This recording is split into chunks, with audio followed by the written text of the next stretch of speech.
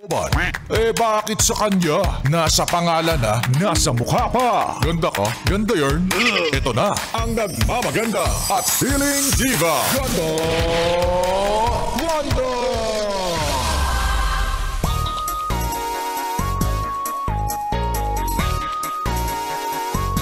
Ganyan naman sa una, ang tingin nyo sa amin, diwata. Pero kapag katagalan na, ang tingin nyo na sa amin, engkanto na!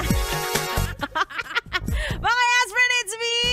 It's your girl, DJ Ganda Wanda. Kasama yun na ngayong Friday na! Ganon. Ganon ang mga tamad tuwing Friday. Mataas po ang enerhiya. Actually, sa totoo lang, uwing-uwi na ako. Sinasagad ko na lang yung sarili ko dahil alam ko na kasama nyo ako sa mga biyahe ninyo. Dahil nga Friday ngayon, medyo maulan, traffic. Diba?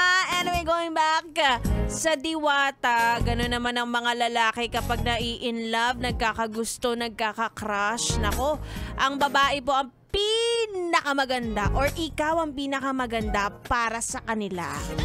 Pero kapag katagalan na, kapag nagkalabasan na ng ugali, nagkalabasan na ng baho, nakapag ano na, parang nagkaamuyan na ng singit. Di ba? Wala na. Parang nawawala yung magic, no? Tapos naghahanap sila ng mas maganda. Hindi ko alam. Ano ba to? Parang ano ba to? Universal... Ano may tinatawag nila ngayon? Yung universal event? Alam ko pa na event. Pero parang, ang sabi nila, nangyayari yun sa lahat ng tao. Totoo ba yun, ha?